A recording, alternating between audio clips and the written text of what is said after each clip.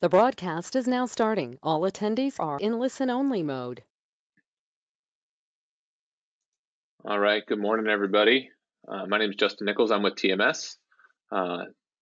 Thank you so much for all of you joining us today. We should have some really great information for you. We'll be joined by Roger from Corel, who, if you haven't met him at one of our regional meetings out here, he lives and breathes Corel and been a great friend of ours for the last decade or so. And just one of those genuinely good people you'll meet in life. So he should have a lot of good information for you.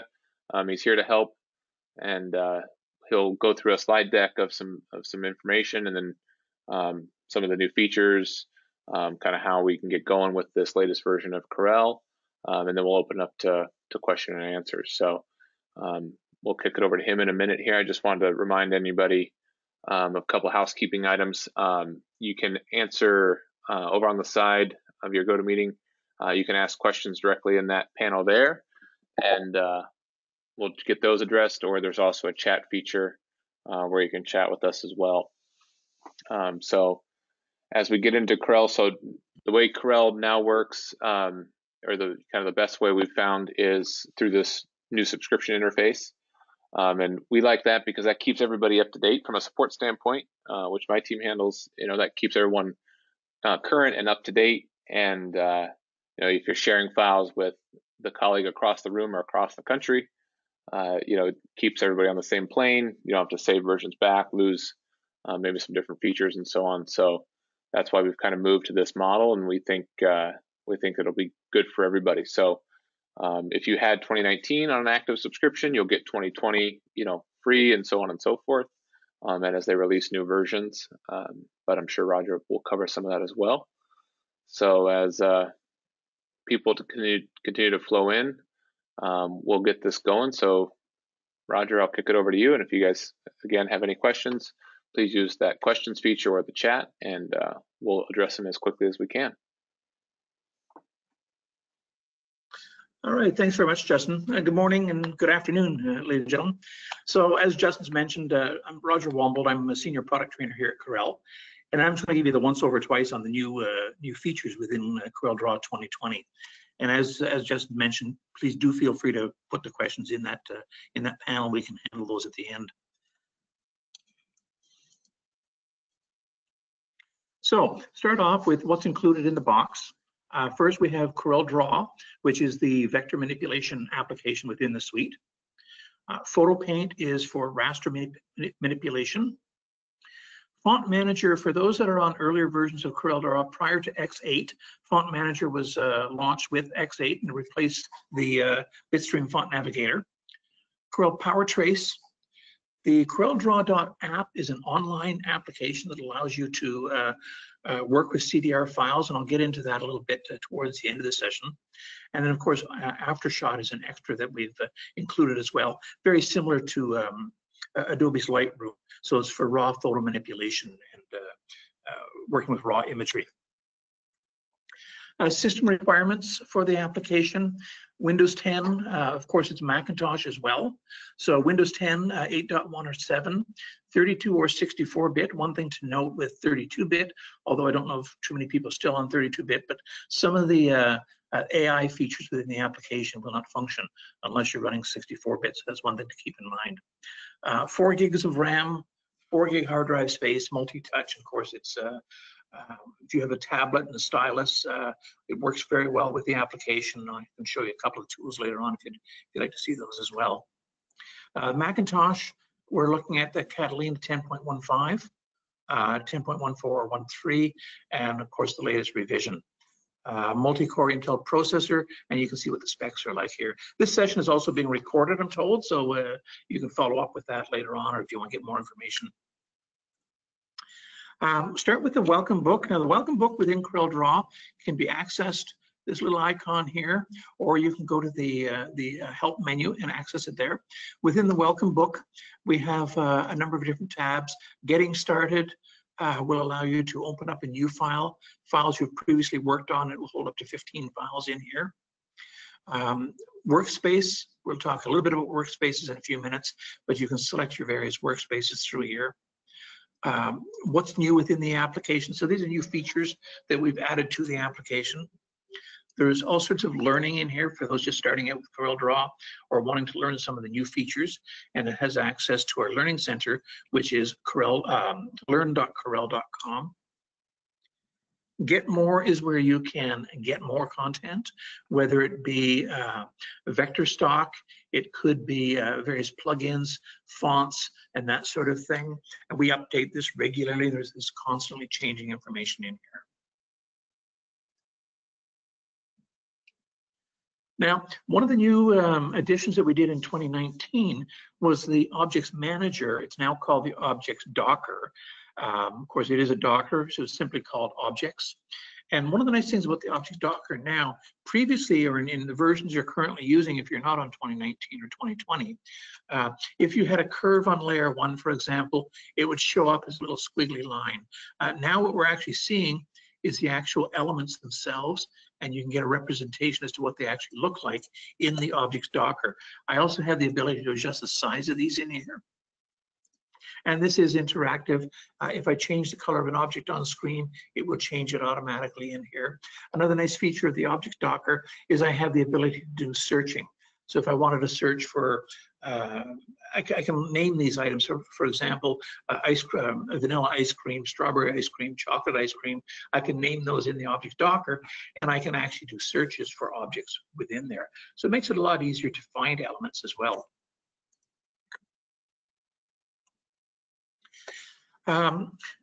The other change that we've made in 2020 or 2019 and 2020 is we streamlined the tools options category. Previously, if I went tools options, it would open up a long laundry list of items that I have to search through looking for the thing that I wanted to change or modify. We've made it a lot cleaner, a lot simpler. So now, for example, I can click on CorelDRAW, and this will give me the options that are specific to the CorelDRAW application. So setting up tablet mode, my display, power clip settings, and that sort of thing. This can all be found in here. In 2020, we've added those same icons to the top bar along the right-hand side. So I can go into document settings here, for example. Here I have customization. And I'll talk about customization in a few minutes. Tools, if I needed to modify the type of cursor I'm using, whether I want the crosshair cursor or the traditional cursor, I can set that sort of stuff in here. And this allows me to set all of my dimension properties, connectors, mesh fill, all sorts of stuff like that in there.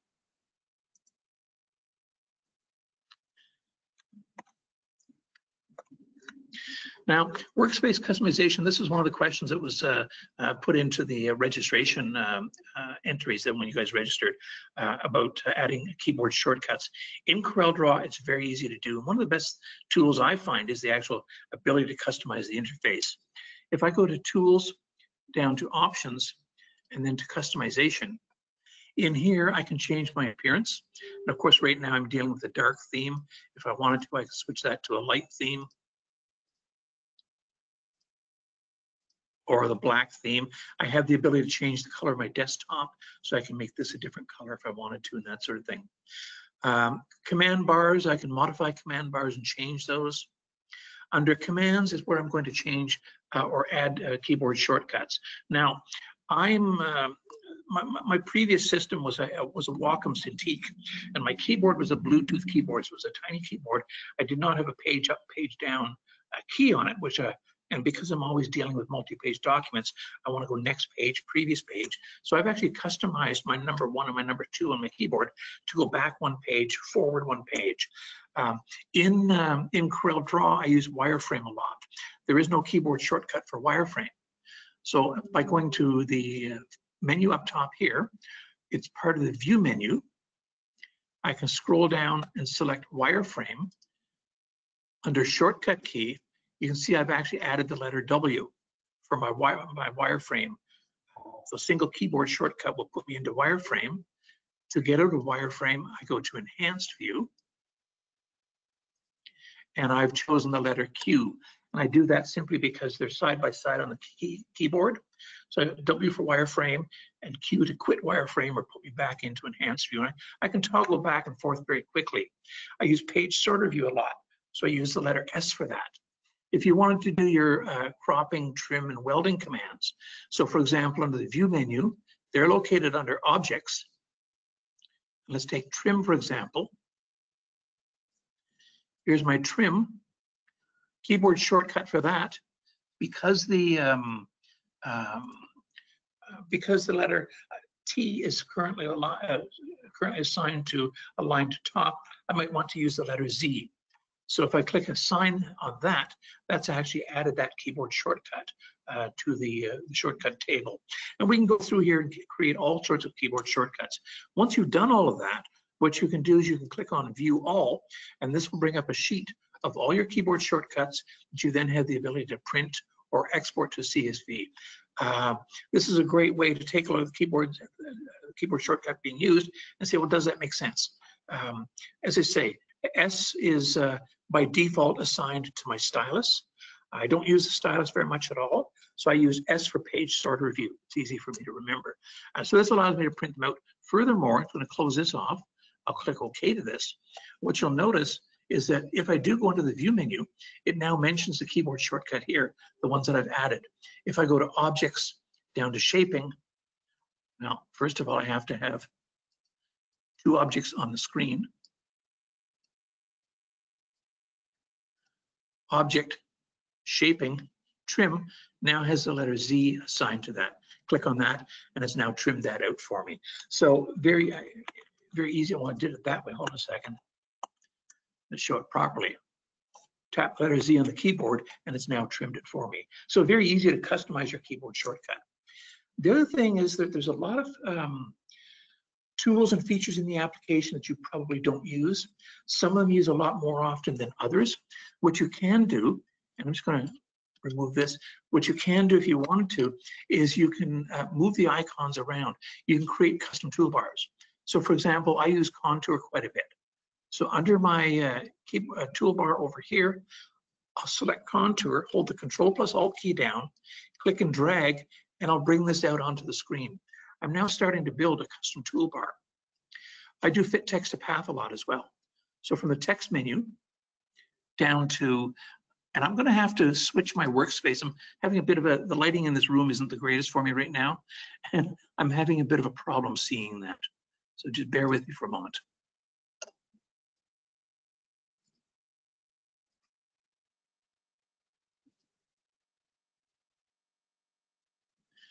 Sorry for that on your eyes, guys. So again, from the text menu down to Fit Text to Path, hold the Control+Alt key down and drag and drop this on here. So I'm now actually starting to build this, this toolbar. If I wanted to, I can also take items from menus within here and move them over to other menus, again, by holding the Control+Alt key down, or if I wanted to delete an item from the menu, I can simply hold the Alt key down. There's also the ability to customize the toolbars and dockers, turning them on and off by clicking on these icons right here. So if I click on this, it opens up a palette that I can turn on and off various tools. For example, the outline tool is not selected. So as soon as I click on that, it now appears down here. And I can now click on this and I have a full set of outline tools that we used to have in earlier versions. Now it's just customized to be turned off, but you can certainly turn it back on. So it's a great feature. Once we've done all that, going to the Tools menu, to Options, down to Workspace, here I have the ability to export my workspace, and I can save it out as the proper file format, email it to a colleague. Or maybe we've got 5 systems in the office. I can have the same workspace on each system, or I've got a system at home and one at the office. I can have them work the same both ways, just by emailing those back and forth. If we have somebody come in from Adobe Illustrator into CorelDRAW, it's simply a matter of selecting the Adobe Illustrator workspace, and it will change the interface to be more in tune with Adobe Illustrator and having the menus where they are in Illustrator and that sort of thing. We still give you the features that Illustrator doesn't have, but put all the rest of the tool, put all the tools in the order that they are in Illustrator itself. I'm going to hit cancel on this. Roger, sorry to interrupt you, but before you jump to out of the workspace customization, there's a couple of questions. Number one, are the custom toolbars and everything only available in 2019, 2020? Or No. can you do that in previous versions? Yeah, you've been able to customize your toolbars at least since CorelDRAW 6. Okay. Not X6, but 6. So yeah, you have full customization in earlier versions as well. And then I think this is in tools and options as well, but is there a way to remove the welcome screen icon? Like where yes, there is. I think mine starts up to nothing, I think is what I like, but. So tools, options, and I grab the very first one. On CorelDRAW Startup, I want the welcome screen. I want to start a new document, open an existing, or do nothing at all. Or I could have it select a file or last edited. So you have those options in there. Great question. Perfect. And then one last one, I think still on Workspace. If we export a Windows workspace, can we open it in Corel for Mac?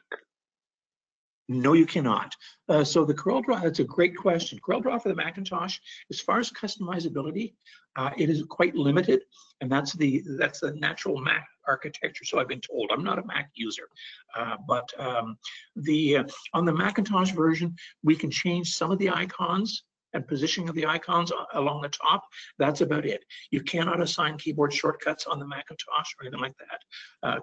While I'm talking Mac, a couple of other differences on the Mac is that, first of all, these are not Dockers. They're called inspectors.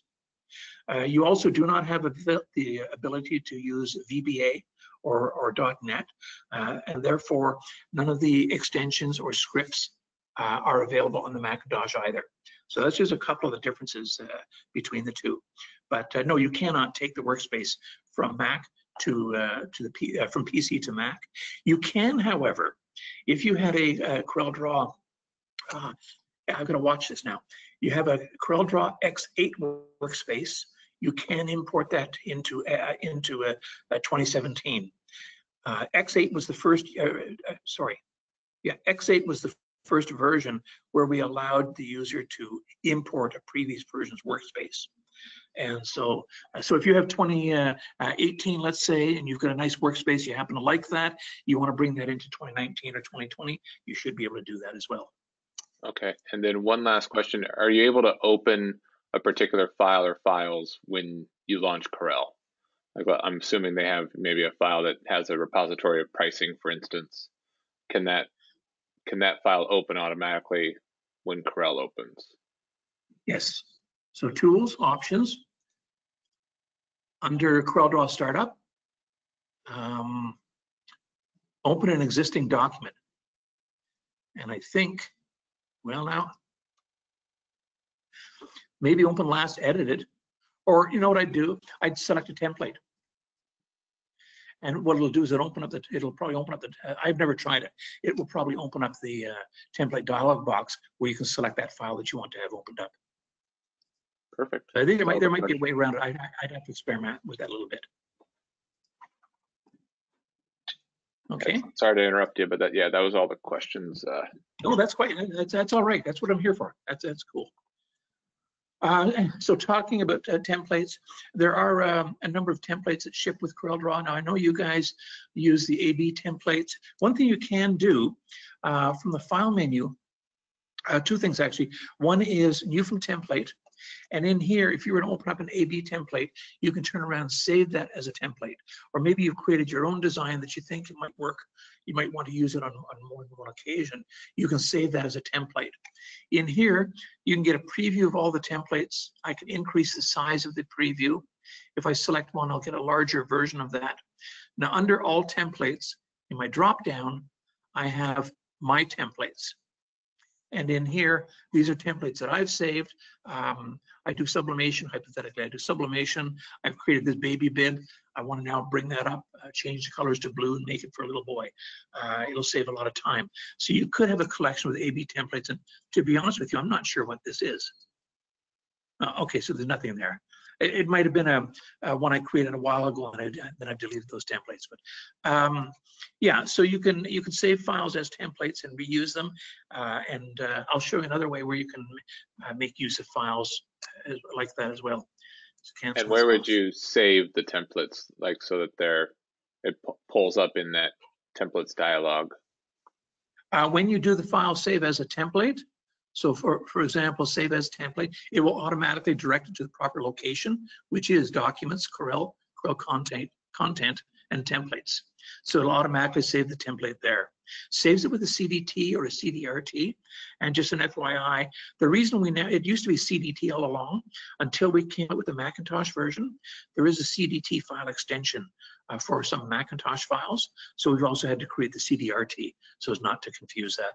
So on a Mac, it would be saved as a CDRT. Of course, the extensions are hidden.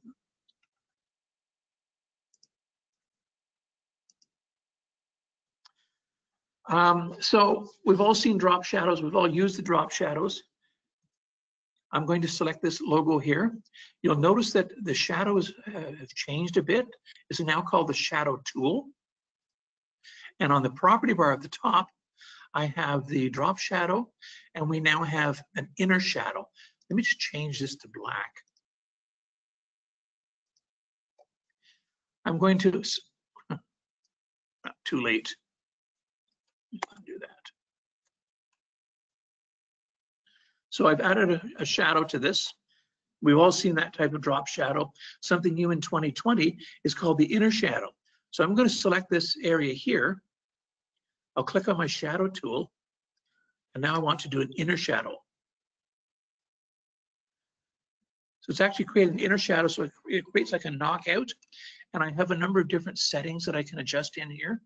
And so I can change my merge mode, I can change the opacity, I can do all sorts of things. So we now have an inner and an outer drop shadow. One of the other questions was with respects to a block shadow. It's very easy to do. This was a new feature we implemented in 2018, was the block shadow tool. And it's under the interactive tools section. It's called block shadow, and it's simply a matter of clicking and dragging. And it creates a nice block shadow for you. You have the ability of doing a number of different changes. I can change my X and Y position of that shadow, the offset. Here I can change the color. I have the ability to do an overprint, simplify, and of course simplify will act as a cutout, and it's actually going to cut that. So now if I go to Object, Break Drop Shadow Apart, I've created an effect like this here. So that's the other type of shadow we have is the block shadow.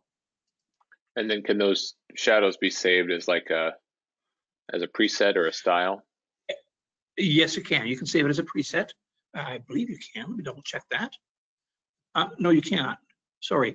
You cannot for the block shadow. You can for the drop shadow, both inner and outer. And so you can save those as presets. Just a matter of saving it in here. And again, it's in the documents, Corel Content, CorelDRAW, Presets, and then under Shadow.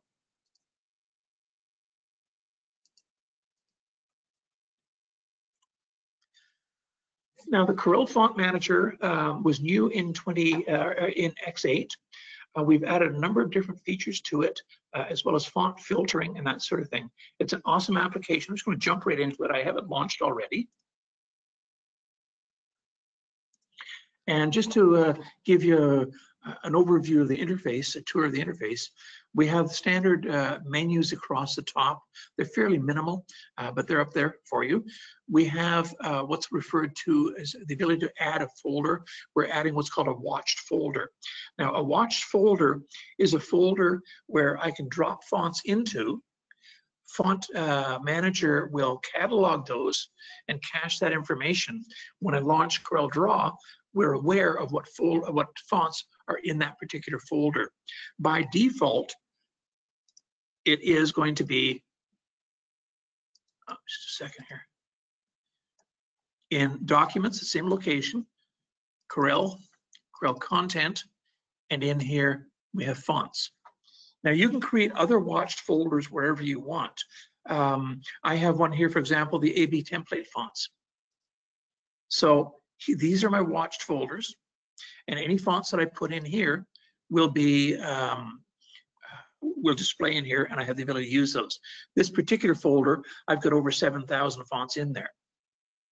The green bar on the right-hand side is an indication that the font is installed on the system. Yellow means it is not installed. And there's a gray, which is basically a font family. I can create different groups. So this icon allows me to add another group or a collection. And these are some of the collections I've created. So I have all my chalk fonts in this folder. I've got engraver fonts or fonts that I might want to use if I'm doing some drag engraving or stuff like that. Maybe I'm looking for a grunge font. I'll find those in this folder here. And so it gives me the ability to catalog these. You'll see that we have a number of different filters as well. So I want to see all of the fonts. I only want to see fonts that are not installed. And let me just go back up here, and I'll grab my fonts instead of my chalk folder. And so all of these fonts are on my system, and they're not installed. I have protected fonts. I have editable. And then we look at font technology. There's OpenType, OpenType PostScript, TrueType Type 1, and new to 2020 are variable fonts, and I'll talk about those in a minute or so. And then I can take a look at font weights. I also have the ability on the right-hand side to see what glyphs are available with a particular font that I have selected. And if I click on this tab, I can find information on the font itself. It'll tell me what type of font it is. What are the embedding rights? So if I have a file that I'm sending over to a colleague, they open that up and Panos kicks in and says, well, you can't use this font, or you try to edit a font. I received a file from someone yesterday that I put a call out asking for a specific file. And the file I received, when I took that file, I was able to open it.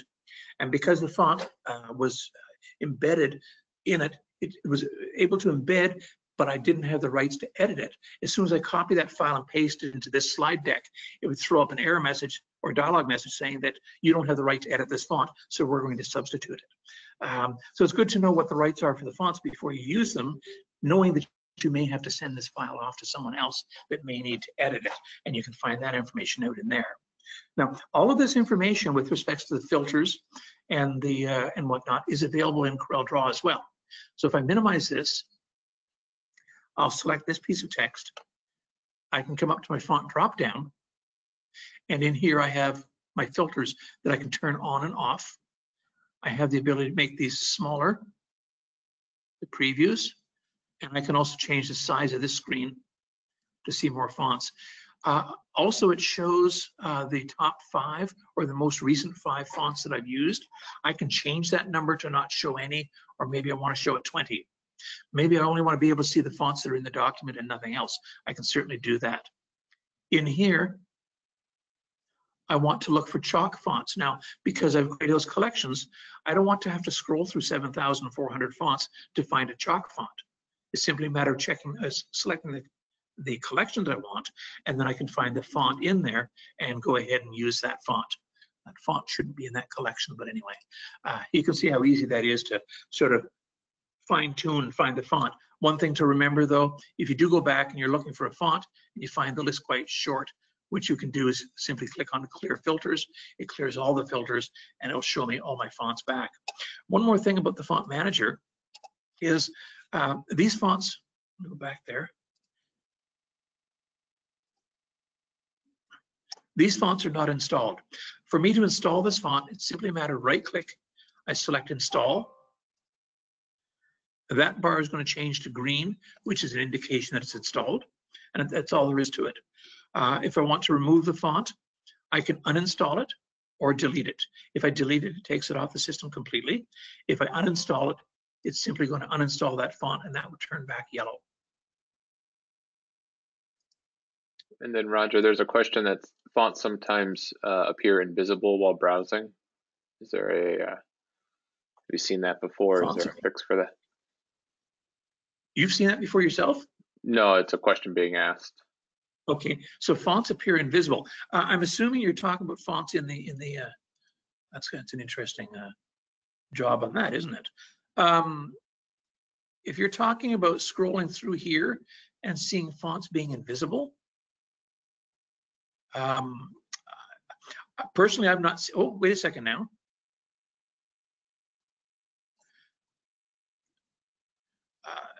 Are you talking about being grayed out or being invisible? The question says invisible, but it's I guess it's specific to using the dark theme, so maybe we can figure that one out offline. Yeah, well, fire me off an email, and you've got my email address. It's roger.wambolt@corel.com, and I'll investigate that and I'll see what I can find out for you. And or then, if you post it on if you're on the Facebook page, just ask it in there, and we can handle it that way as well. and then we have another good question, I think.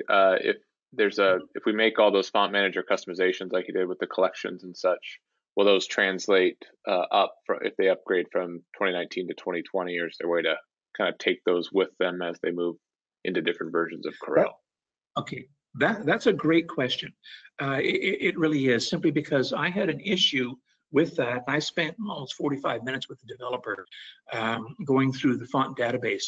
First of all, Windows key letter R, and I want %APPDATA%, hit enter. If you're having, and I'll answer that question in a second, but I'll mention something else while I'm in here. If you're having problems with your font manager, you're not seeing the fonts properly or anything like that, you can launch the font manager with the F8 key held down, and you'll get the ability to reset the application or reset the database. You can also go into the Corel folder here, and these are your databases in here of those fonts. Now, there was a change in the coding between CorelDRAW X8 and 2017, I think it was. And so it caused problems for me in that I had empty collections when I migrated. It will, when I installed 2017 on one system, I then installed 2018. When I launched Font Manager, it detected that there were already catalogs built, and so it imported those catalogs for me. So you can bring it forward. However, there is a bug in X8, or the way the X8 font database was created, that it doesn't transition smoothly. So you may have problems bringing them from X8, but you shouldn't have problems bringing it from a newer version. I hope that answers your question.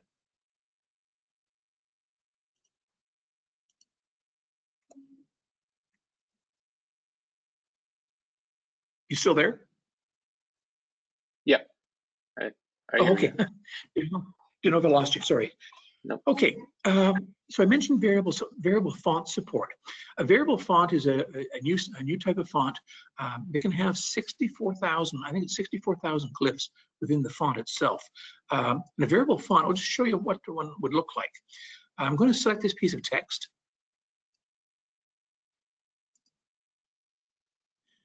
And okay, we've already got that selected in that font.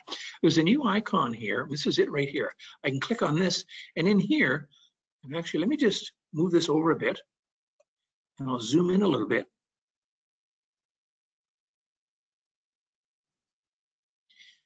I can change the properties of that font right within it. So there's a number of different parameters in here that I can access. This icon is here. It's also in the the properties Docker, which is open currently. Let me move my go-to panel down a bit. So you'll find that in here as well. And so there's a number of different changes. Now, this particular font has quite a few variables for it. Most fonts don't have nearly that many. In fact, let me grab another one. First of all, let's make sure that we are looking at only variable fonts.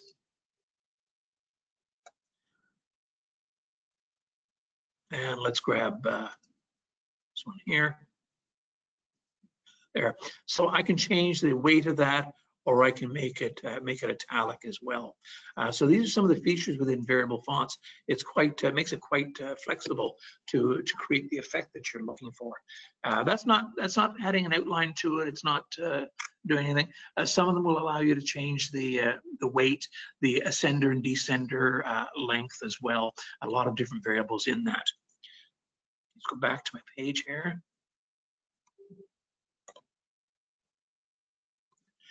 Okay, Power Clip. Really, there's nothing new with Power Clip. I just think it's a neat feature, so I thought I'd just show this.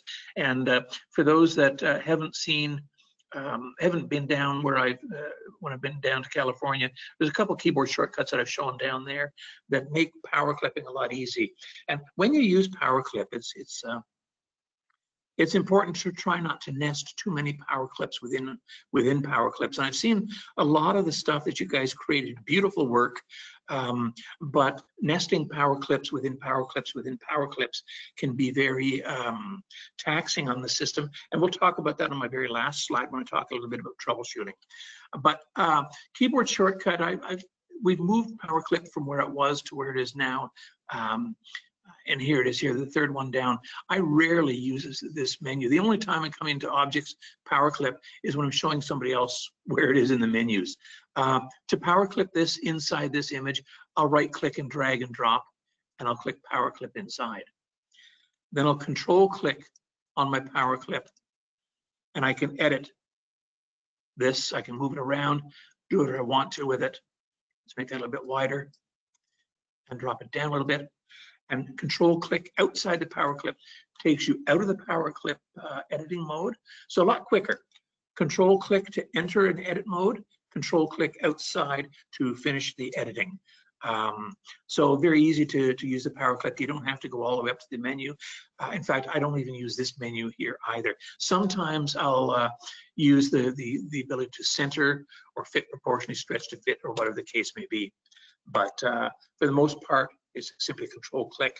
It's all about getting it in there, put it where you want to, and then move on to the next one. Upsampling. Now we've talked, I've talked in the past with some of you guys about photo zoom. Photo zoom is one of our best kept secrets. I'll show you where that is. So I'm going to, first of all, I think I have 2 copies, good. Right click, edit bitmap. And that's another thing you'll notice in 2019 and in 2020. We've removed the edit bitmap from the toolbar at the top and put it as part of the right mouse click. The reason for that is because it's not proper on the Macintosh. Sorry. So it's actually no, that's not the right reason. The right reason is it's got to do with the linking to a different application from the toolbar. So in Photo Paint, there's an application that we provide, and this goes right back to CorelDRAW 10, and it's called Photo Zoom. So from the File menu down to Export 4, Photo Zoom Pro 4.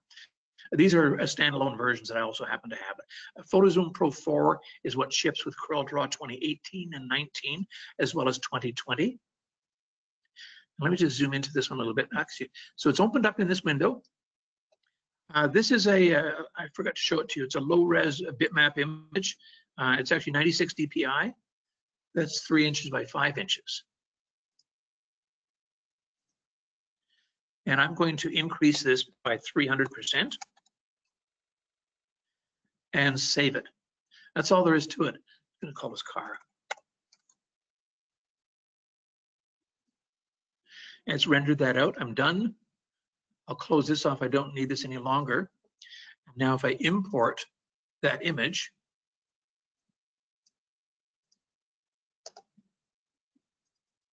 you see it's 4.9 meg in size. So there's the original image. Let's bring this to the front. And there's my enlarged. So one of the questions was, how can we take a low-res bitmap and make it larger so we can print this onto a 54-foot banner or something like that? Photo Zoom will certainly help. Now, with 2020, actually, I didn't want to delete both of those.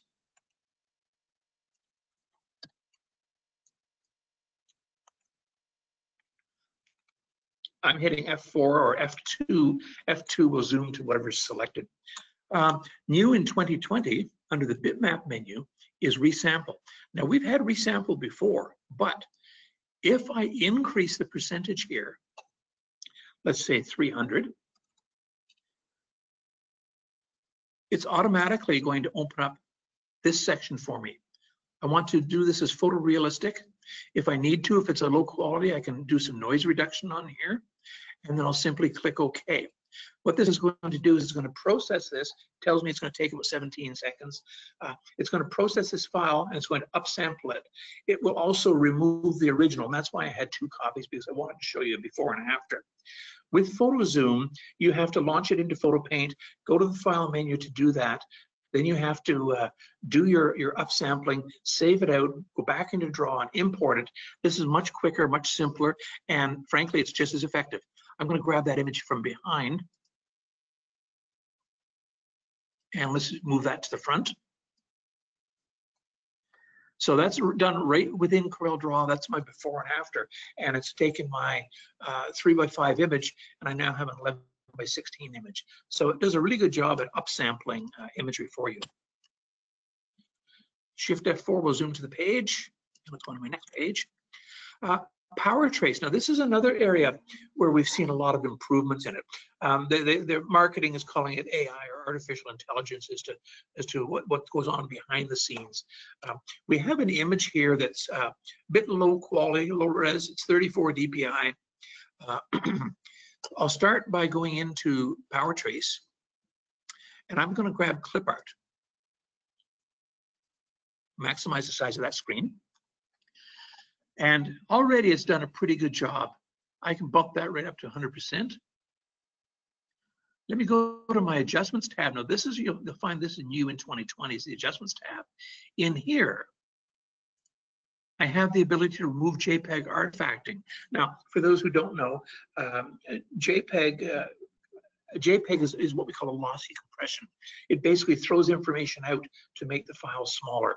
In throwing the information out, you can get color shifts and whatnot. You see it more in photographs that are JPEG heavily compressed, but certainly in this type of shape, you can get some compression in there and artifacting. The remove artifacts will take that out for you. So if I select remove JPEG artifact, I think that dropped it down on the side, didn't it? No, it didn't. And then I want to go illustration. Down here, it's estimating the time. And there we have it. So it's removed all the jaggies from this, and it really did a really good job of tracing that image. Now, of course, we have some white in here that I could remove. For those who don't play an awful lot in Power Trace, just to quickly go over some of these.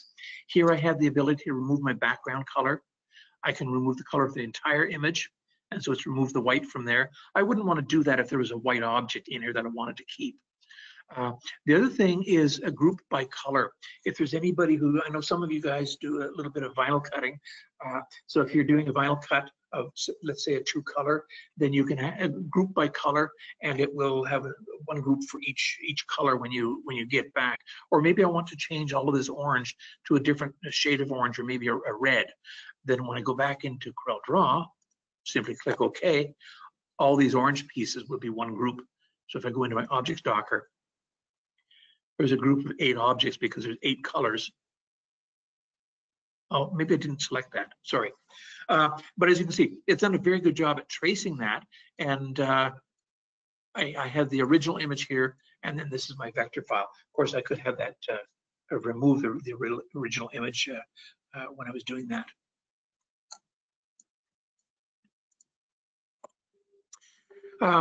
Enveloping. So there was also a question in there about enveloping and straight lines and whatnot. The idea behind an envelope is it allows you to distort or change the shape of an object to match something else. So I want to take this logo and I want to put it on the coffee mug. Maybe I want to send this off and see if maybe the bar wants to buy a number of mugs. They want me to do a design for them, and so I've done that. And I've sent it off. That really doesn't look very appealing. From my interactive tools, I'm going to grab envelope, and I can bring this up and change the shape, but you see the way the curve is going. What I find more effective is if I was to delete this node. Now I can double click on this, and that will delete the node, and now I can get a nice smooth curve on this. Actually, I actually want to go the opposite direction. I'll do the same on the bottom.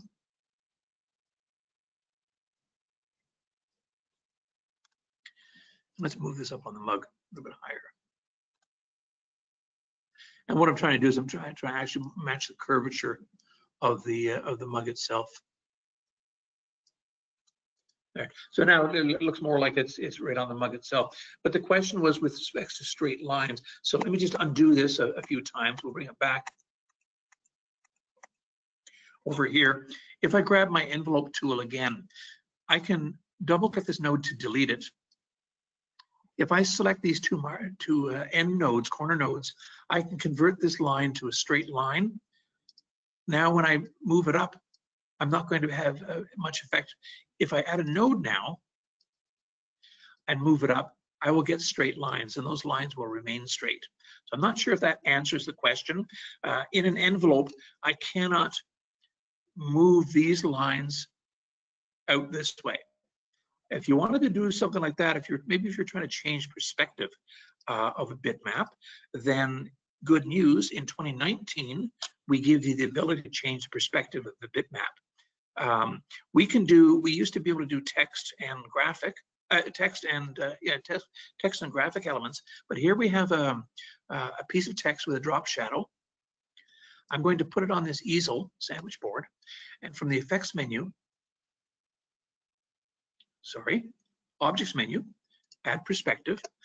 I'm going to move these handles to match the frame or the chalkboard itself. And now we've given the illusion that this is actually written right on the board itself in my chalk font. To look at that with a bitmap, I'll grab this image from the side of a building, and I want to put it on the billboard. I'm going to position this upper left-hand corner from the objects menu. It already has a perspective on it. Why? Clear perspective.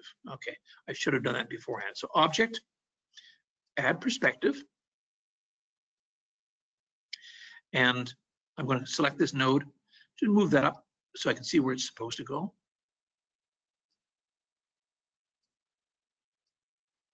So if the question was with respects to enveloping for straight lines, if the objective was to achieve something like this, then what you want to do is add perspective. And again, that's a new feature in 2019 that we've added. So now we get the illusion that this is actually printed right on the side of the this sign.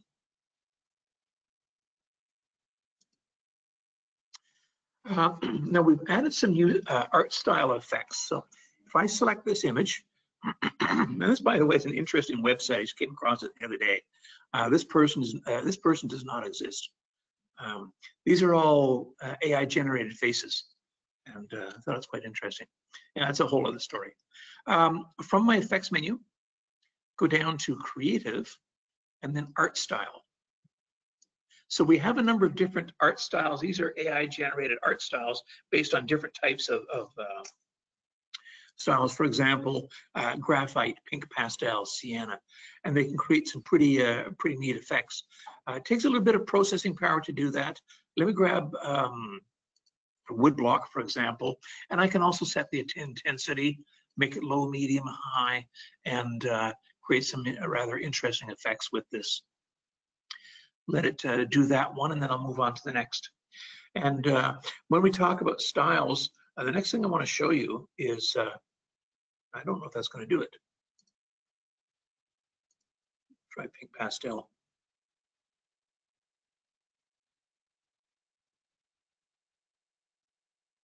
Do we have any questions there, Justin? Not at the moment. Okay, perfect.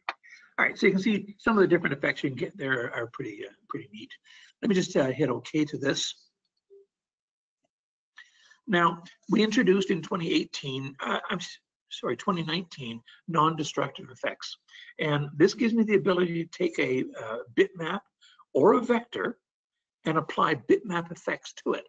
So we couldn't apply bitmap effects to vectors before. Not only can we apply them to vector objects, but we can now stack different effects. And so if I go to select this object here, and then I'm going to go to my effects menu, and let's go down to creative. I'll do fabric, and I'll add the quilt effect. Then let's go back to effects menu, down to camera, and no, I don't want camera. I want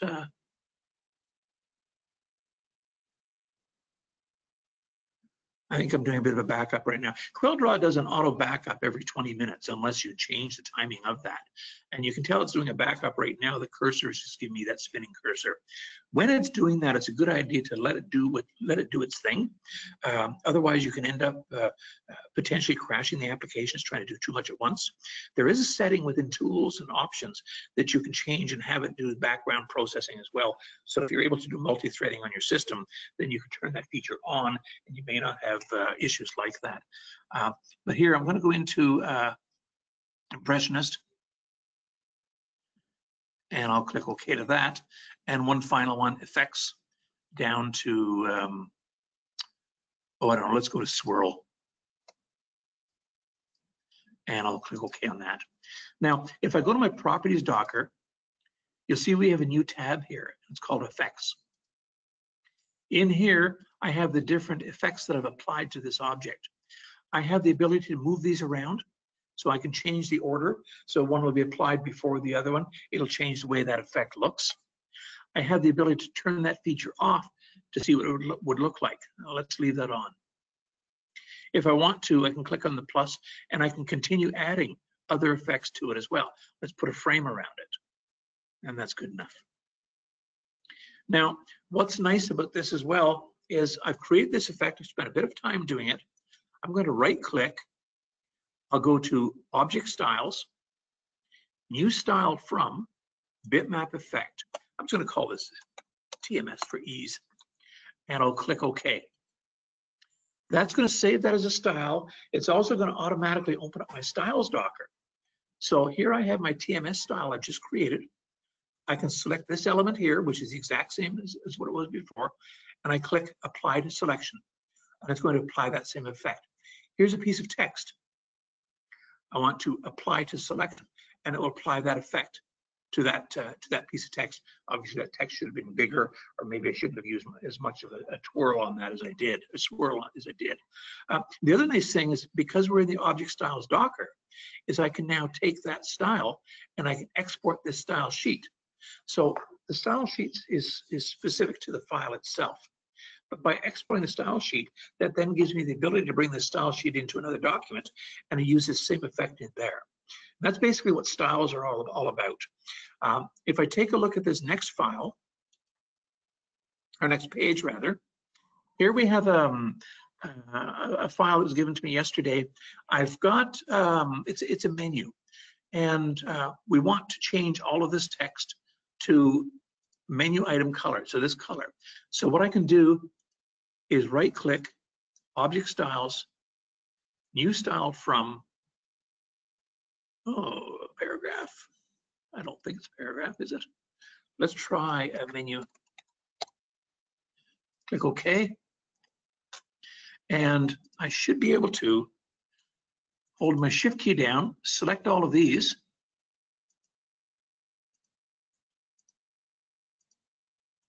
and let's just apply to selected. So that didn't work. Let me try something else.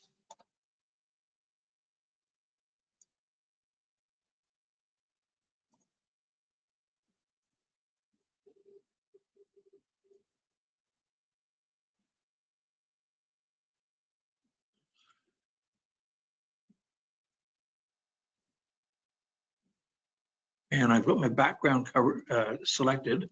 So let me just deselect the background and apply to selected. There we go. What I can do now is I have the ability to do some changes to this. So that font is a bit big. I can drop the size of that down.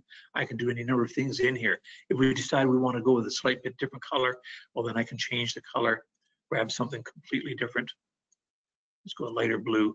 And so very quickly and easily change this. So that's basically how a style is used. So you can create the style. And what I did is I drag and drop it over here, and that created the style for me. And then I can apply it to whatever I want. A nice thing about it is later on, if I want to change that style, then I can do that. When you're doing your pricing cards, you're going to be using, typing your text in, create the features of the font, the style, the color, if you're using a variable font, then the spacing, all the rest of that, create a style for that. And then when you go and do all your pricing cards, you can apply that style over and over again, and it will save a lot of time.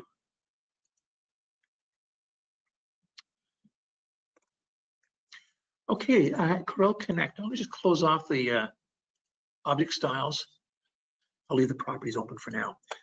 From my tools menu, I'm sorry, Windows menu, down to Dockers, and I'm going to grab Corel Connect.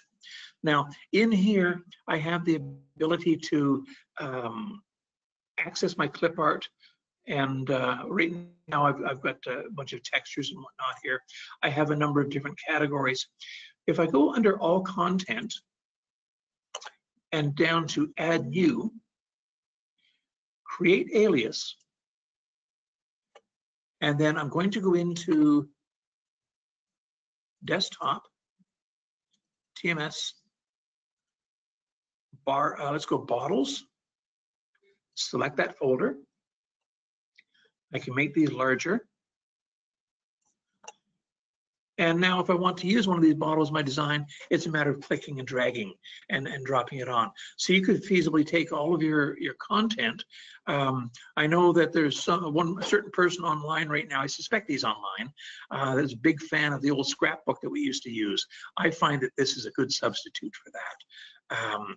I want to do an add new, create alias, and it's going to default back to this location because that's typically where your clip art is stored. And I'll grab this and let's go. So now we can bring up different logos and drop them on. I have the ability to search in here and do a number of different things. So that's basically Corel Connect. And again, you can, there's other options down here where I could import other files in.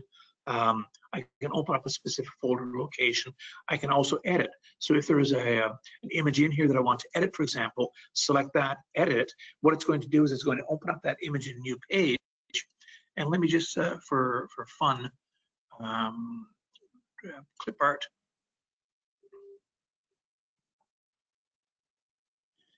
And I'll click OK. Oh, wait.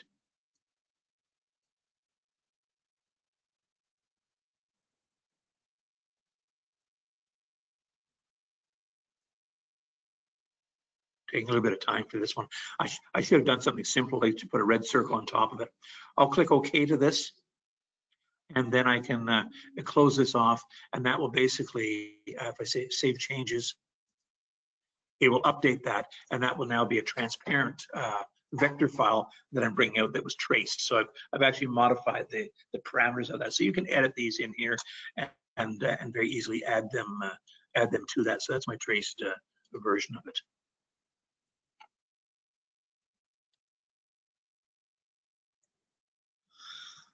Transparency tool. This hasn't really changed, but I think this is a pretty neat little demonstration of the transparency tool. Now, of course, you can add transparency to a solid object. If you wanted to do a tint over something, then you can certainly do that. If I make this uniform transparency, so you can see I've added a bit of a tint to it. We can also tint a bitmap. So I'm going to select this, hold the Shift key down. I'll select this, and as far as alignment goes, T for top, and it aligns to the top of it. B for bottom, L for left, R for right, C for center, and E for even, as typically the alignment. I'm going to grab this, and I'm going to grab my transparency tool, and I'll just make this a little transparent up to there. And so now we've created a pretty interesting effect with just those two bitmaps. If I do the same to this, it'll look something like this. I'm going to put the transparency on that. With my space bar, I can toggle back and forth between my current tool and my pick tool. I don't have to travel all the way over here every time to grab the pick tool. All I have to do is tap my space bar. Now, another thing is, if I hold the Alt key down when I click on an image, it will dig down one level. We call that the digger tool. And if I had my object docker opened up, you'll see here, I have this selected. Hold the Alt key down. I'm going to click here. It selects the object below it. Tap my space bar. And now I'm going to make this a little bit transparent. And now I've created another image from 3 separate bitmaps. That's just using the transparency tool, which I think is kind of cool. We're doing really good for time. I think we're going to have a lot of time for questions, or we might wrap it up a little early. Let's hope there's lots of questions. Scripts and extensions. So there was a question on extensions, and that right away told me that the user was running CorelDRAW X8. We originally came out with extensions in CorelDRAW X7, and then in X8 we started to sell some extra extensions. In 2017, we started to do away with extensions, but the extensions that we had available, we started to put into the application. So Pointillizer was one of them. Underneath the effects menu, you have Photo Cocktail and Pointillizer. These are two of the extensions that were being sold. There's an Impact extension. Under the Tools menu, there's borders and grommets. So the extensions that we used to have are now included within the application. If you want to find out more information about those extensions or how they're used, on the Discovery Center, which is learn.corel.com, just do a search for extensions and you'll come across this page here. I created these videos to show how to use the specific extensions. Fit to path. This will actually fit objects to a path as opposed to text. That's quite an effective little plugin or extension there. And then I've talked a little bit about some of the scripts here as well. So some of the scripts available in CorelDRAW. I'm going to create a new document very quickly to show you one of the most popular ones. Let's create this as a tabloid document. Oh, and one more thing while I'm here.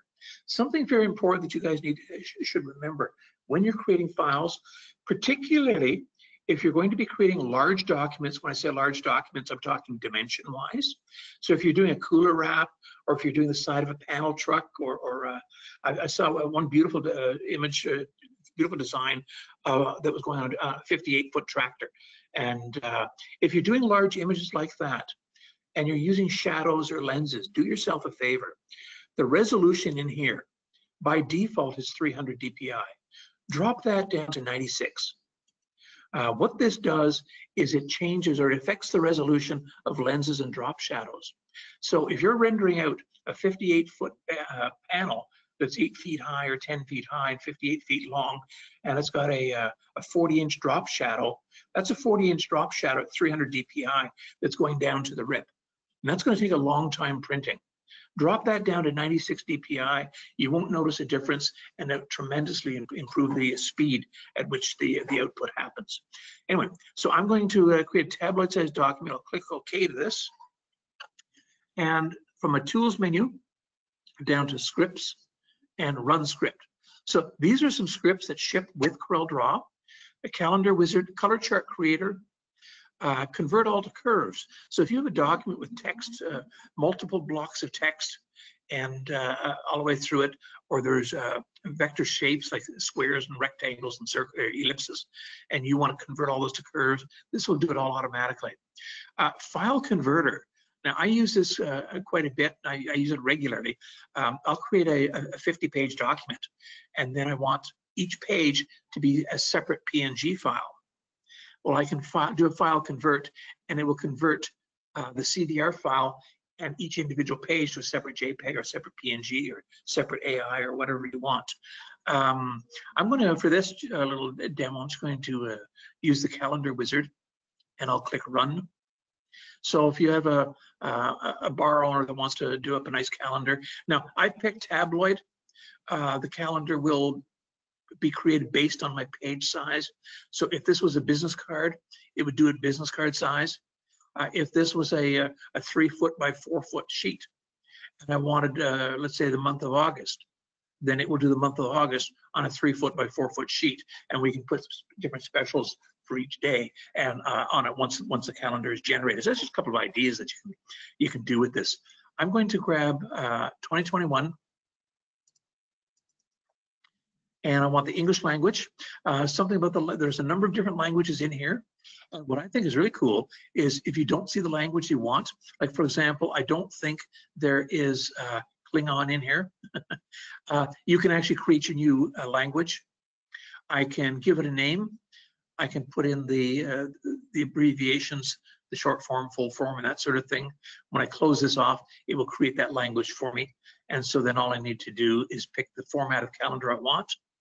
And I usually do 12 small bottom. But of course, if you are doing a wall calendar for the inside of a bar or something like that, then of course you want a single month. You're more than likely just want a month. Adjust the fonts and click generate. And it really is that quick and that easy to do. It takes a few seconds. We'll click OK to this. I'll close this off. And now I can import, and I'm going to go into my, I was going to here.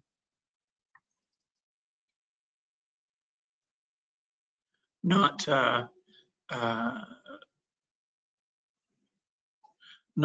beverage related, but I grabbed the wrong image.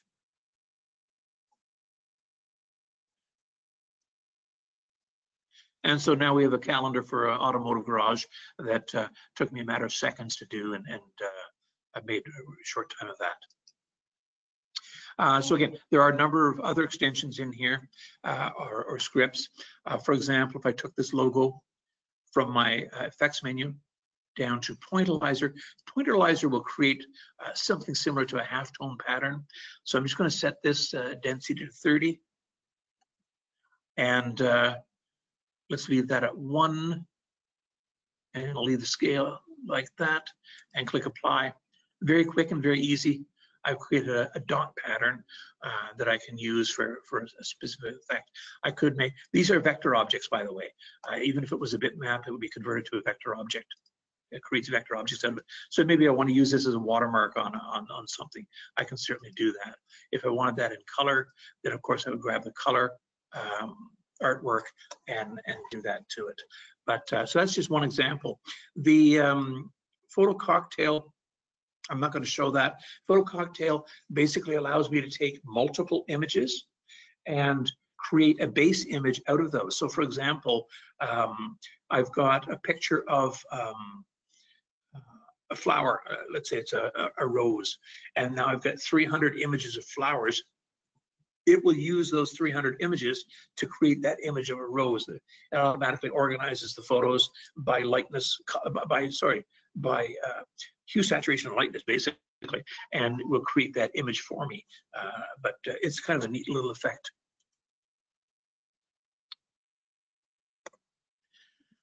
Now, I mentioned to you about the CorelDRAW app, at the CorelDRAW.app at the beginning. We've made some major enhancements to that for 2020. And let me just go ahead and launch that. So it's CorelDRAW. Now, one other point I should make about this is that it is available. We have we've made a marketing change because of COVID. Now, okay, let's back this up a bit. CorelDRAW.app is not available to purchasers of the retail product. It is available to those that have subscription.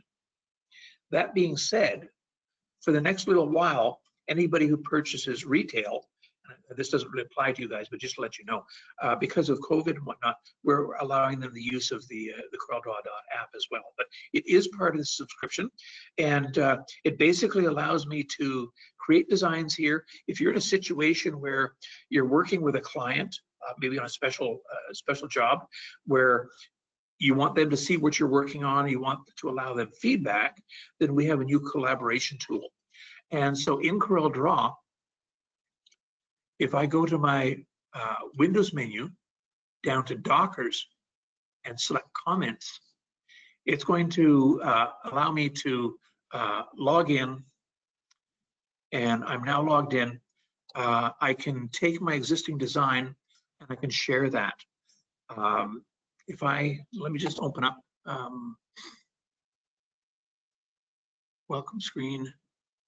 I want to get started. And I want to take this one here.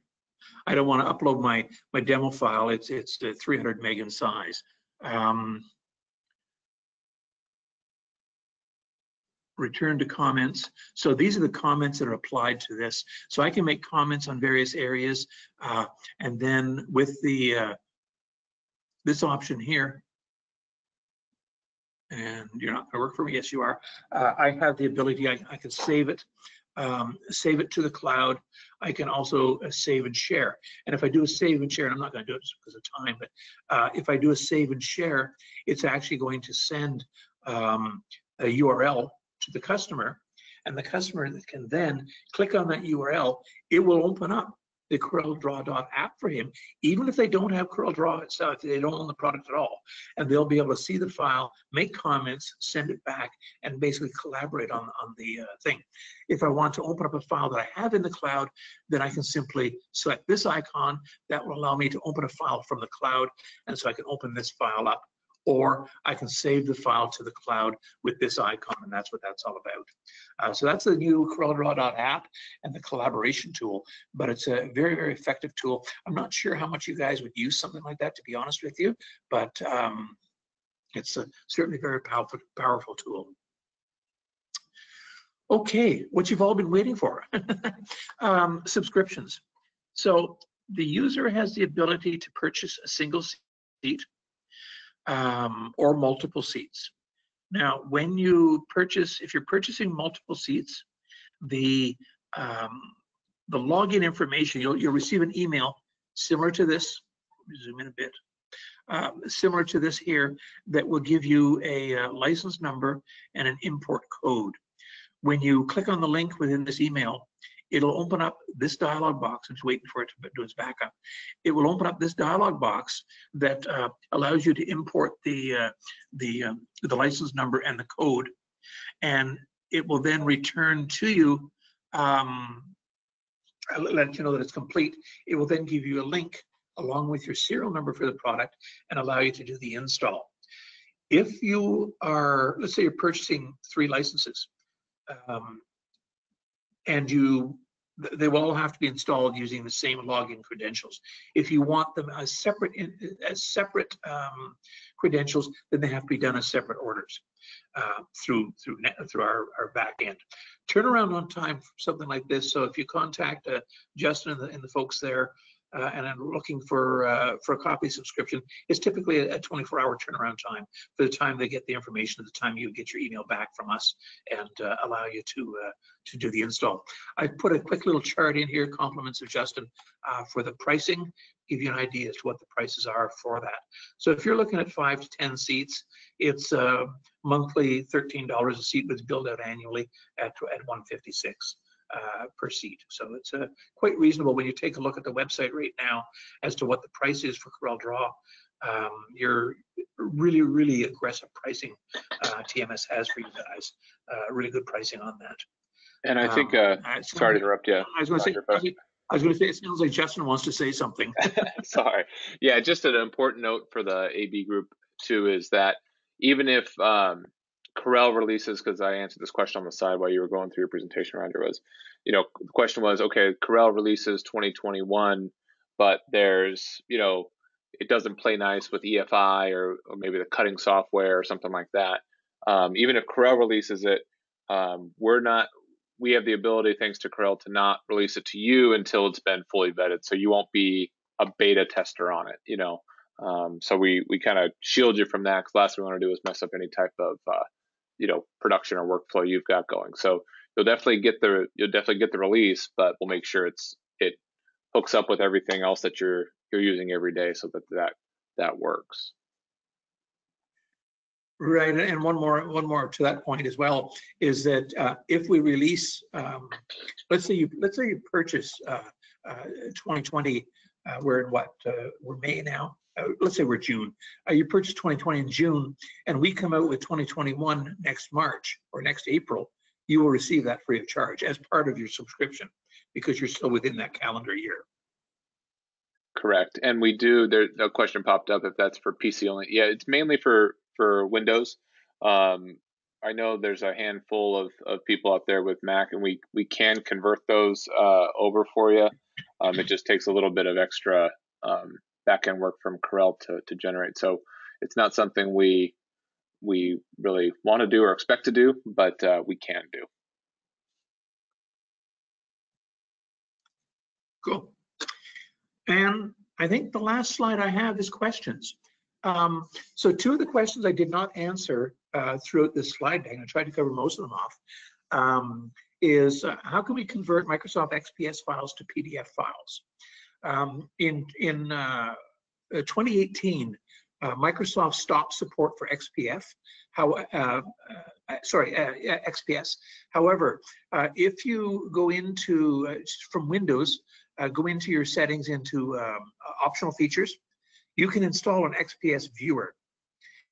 And the XPS viewer will, of course, allow you to open up the XPS file, and that's a matter of file print, and you can print to DIPs or print to a PDF file from there. So that will allow you to convert your XPS to PDFs.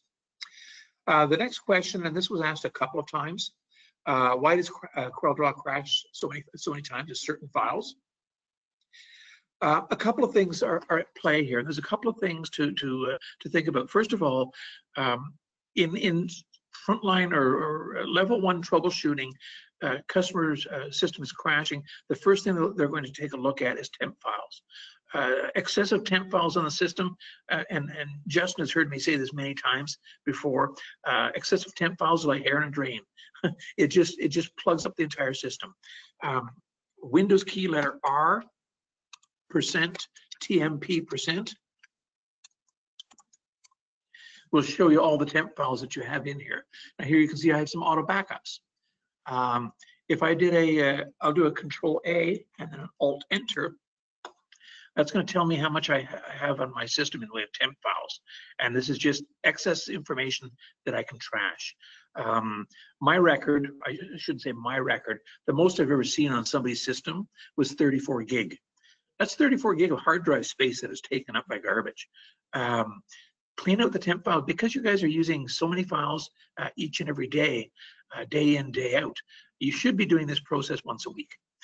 When we try to write a file, and that's another thing I've shown in the past, I didn't show this time. If I take this object here, I'm going to do a Control C, and I want you to watch my cursor. Do a Control C, and then a Control V. You saw the circle for a split second. What it's actually doing is it's taking that information, writing it to the clipboard, and then, or creating a temp file to store in the clipboard, and then it puts it back into the, when I do Control V, it puts it back. But it's created an extra temp file in there. So this just causes a whole mess of problems. Clean them up regularly.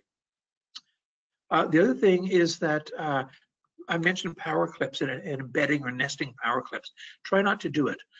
This is a nice little image here. We can see it's a control curve. It's actually a power clip. If I control click on it, I'm going to enter the edit state of that power clip. If I zoom out, you can see what that actually is. So somebody wanted this glass, and so they just created the shape and power clipped it. This object is a 9x18 bitmap at 800 dpi. That doesn't need to be in a file like that. Control click to finish editing. I would take this and go to bitmap, convert to bitmap, drop that down to, well, even 200 or 150 dpi. That's fine. I would say yes, that it has a drop shadow on it.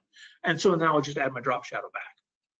But I now have 150 dpi bitmap instead of a 9x13 at 800 dpi.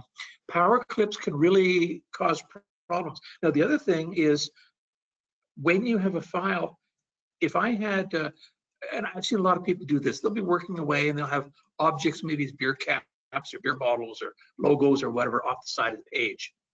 And then they're going to go file print, and they're going to tell it to print that page. What's going to happen, it's going to take the entire image and send that down to the RIP. So it's going to create a large spool file, and then at the RIP it says, hey, wait a minute, my page size is 11x17. I'm going to throw everything else away. But by then you've already sent all this information down, created a larger spool file size, and that can cause instability as well. Here I mentioned rendering resolution. I've already talked about that when we talked about the new document. I showed you the 300 dpi. Make sure that you drop that down 150 dpi. Don't hide complex graphics with other objects. And that's basically what this power clip was doing. Or maybe you have a large logo over top of a bunch of small things that don't get seen anyway. Delete those small things. So it's and then the other thing is, and this question seemed to be with respect to certain files. There are ways to troubleshoot individual files. So for example, if it's just this file that crashes CorelDRAW, chances are there's something corrupt in it or something causing a problem.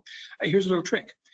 If you think it's a bitmap causing a problem, take that bitmap, go bitmap, convert to bitmap, 151, and hit enter. Increase it or decrease it by 1 pixel on the resolution. That will force the file to be rewritten. So if there's corruption in the file, it'll remove that corruption. If you print a file and only half the file appears, chances are something choked the printer. So go back to the file, and what was the last item on that file before it hit that offending object? And you can hit the tab key. Let me back out a bit. You can hit the tab key. That's all I'm doing is touch the tab key, and it will cycle through objects in the order they were created. Shift tab goes in reverse order. So you can tab to that object that was that didn't print, and that chances are that's the corrupt object. So recreate it. If it's a bitmap, resample it, and that should help that problem. If it still continues to happen, you still get crashing, you can try resetting the defaults for the application. But this particular question leads me to believe that it's file specific and not related to the application. So those are some little things to think about when you're building files and if you're coming across problems. And ladies and gentlemen, that's it for me. That's what I've got. All right, Roger. A couple of questions have come in, and I just verified one of them. So the print, when you go to, if you were to print a document and change the number of copies that it's going to print, used to just be able to change the number of copies and then hit enter, and it would send it off to print. But now it seems to, like if you manually enter, like I put in, manually enter the number of copies there, and then hit enter, it used to send it to print, but now it just moves the cursor to the front of the copies line. So I don't know if that's a I will log that change or that's a bug like that. Yeah, but that's I don't like bug. It's an undocumented feature. There you go. No, I will log that. I'll log that. All right, great. And then another one, I'm assuming they're referring to color palettes, but if you have a color palette from a different application, for example, Illustrator, are those importable into Corel or vice versa? If you have a palette in Corel, do you know if it's compatibility into other applications that also use color palettes? My assumption would be no, but I figured I'd ask the question anyway. That's a great question. Something tells me, I've heard this question before. I believe they are importable, but I'll tell you what, you're going to send me the attendance report for this, and I'll Sure. see that question listed there, and I'll do some research on it, and then what I'll do is I'll fire you back the answer to that, as well as whoever has asked the question. Something tells me you can do it, but I suppose worst case scenario, if you can't do it, a potential workaround is use those colors in a document within Illustrator, then bring that document into CorelDRAW. And let me just cancel this on my screen. That's how I would do it, and yeah. Then color, sorry, it's Windows, color palettes, create palette from document. And we're going to call it TMS and save. It's interesting. Oh, for the That's from the bitmap, yeah. Yeah, there it is there.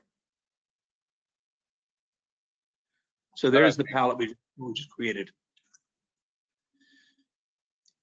So that might be one workaround if we can't bring it in, but I'll research that and see what the issue is, or see if we can.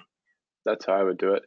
And then the last current question. So if anybody has any questions, feel free to continue to ask them in the question box there. But the current question, any known issues with the new version of Corel and EFI? And I can answer that one, obviously. And not that we're aware of. Really, the only thing we were seeing with 2020 was its compatibility with the GraphTech software, if you were using Cutting Master for GraphTech. But that was through no fault of Corel's. That was GraphTech's. Just needed to update their software, which they have now.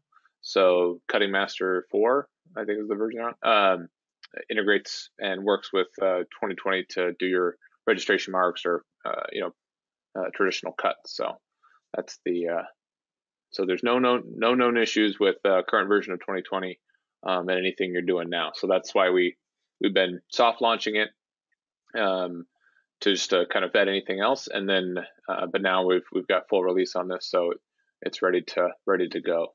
So all right, and then a couple more questions have popped up. Can you remove colors from a document palette on the bottom? So that auto-generated palette. You can, let's see, a palette. So if you've taken a color, how do I phrase this? Well, if you, here, watch this. Maybe this is the answer to that is yes. So I'm going to create an object, or a couple of objects here. And there's my document palette. If I delete this red element, I still have that in there. So down here, palette, and it is refresh. And it will refresh the palette and remove the colors that are no longer in the document. Now, if I had a bitmap in there, then of course it will ask me how many colors do I want to use of that bitmap. And that's what you saw here with that dialog box when I created the palette, because because of these grayscale bitmaps that I have in there. So the answer to that question is yes, you can remove colors. All right, great. And then the next question was, we get this one fairly frequently, is when you install a new version. So for instance, if you install 2020 and all of a sudden your thumbnails are just the CorelDRAW logo, it's that shell extension. And Roger can clarify me if I'm wrong, but the easiest solution I found is to save a basic document out to my desktop, right click, select, so it's a CDR file, hit open with, and then choose 2020 as the default program, and that should refresh all those icons. But of course, if it doesn't, you can always give us a ring, and the tech support team will help you out. Well, if it doesn't, what you do is you go into, I don't want that, I want Windows key, don't I? Add and remove programs. And what am I doing? The shell extension, yeah, the modify. We're looking for the shell extension, and you're going to uninstall that. Then what you're going to do is you're going to go into CorelDRAW 2020,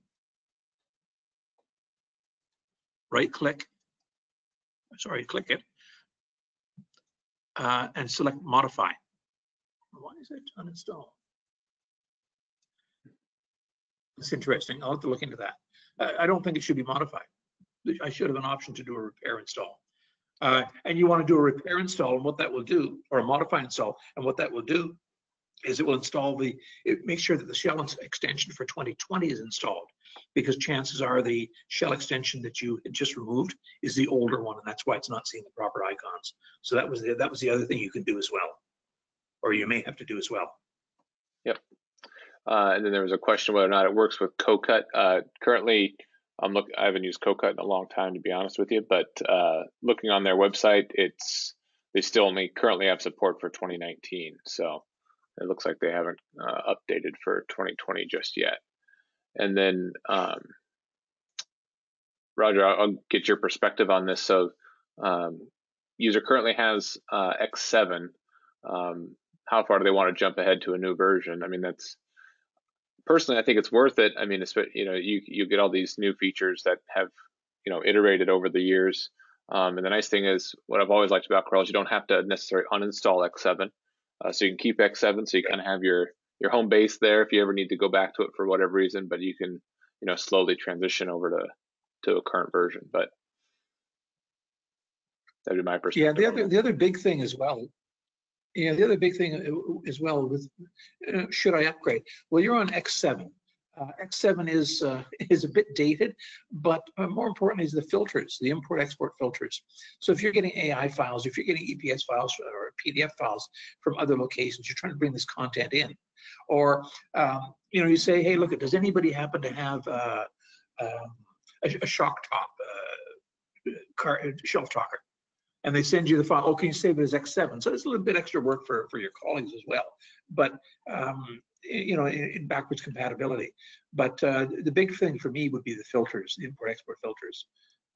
And there have also been quite a number of changes that, I mean, even going to X8 with the font manager is huge. You don't have the font manager in X7, but there's a number of other features as well that make it well worthwhile to upgrade, in my opinion. And I'm not in sales. All right. Let's see. So let's see. Will it be available? Do an upgrade. I don't know when the upgrade for CoCut will be available. I mean, if you're still running an old roll-in cutter, that's, I'm assuming, what you're using CoCut for. You can still use CoCut independently, you know, outside of 2020. It's just, it doesn't have the integrated functionality of the macro in there.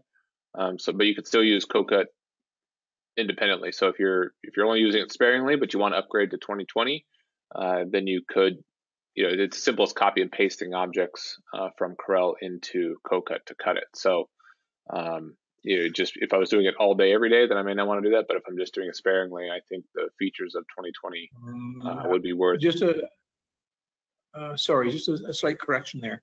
You cannot copy from 2020 into X7. No, into CoCut. Sorry, not into. Oh, X7. I'm sorry. Yeah, I'm sorry. Yeah, into CoCut. It'll paste the object in there actually. So, right, okay. So if you're just using it sparingly, I don't. You could, and again, you could always keep a previous version of Corel on your system and just do your cutting out of that too. So you could use all, you know, use all the new features of 2020 for your design work, and then, oh, I've got to cut something, I can fire up my old X7 or X8 to import. That's what, again, I've always liked about Corel, is it doesn't overwrite an older version, allows you to keep them side by side as a backup or a fallback. And if you're using a GraphTech cutter, then yeah, I would not be using CoCut. They've got a free software called Cutting Master that integrates really seamlessly with Corel and is super easy to use. So that'd be my recommendation there. All right. Any other questions? We're about on time, Roger. I appreciate everything. That's pretty good. Yeah. So yeah, I mean, again, I appreciate, Roger, I appreciate your time. All the attendees. It's my pleasure.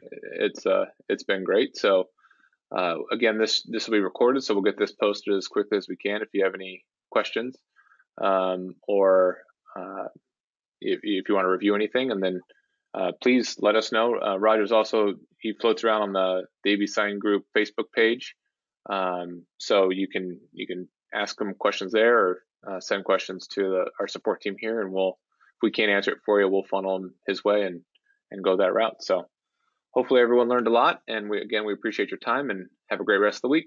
Thanks so much. Enjoy the rest of the week, everybody. I'm gonna go back out into the heat. Thanks again, Roger. Have a great day. All right, take care. Bye. Bye.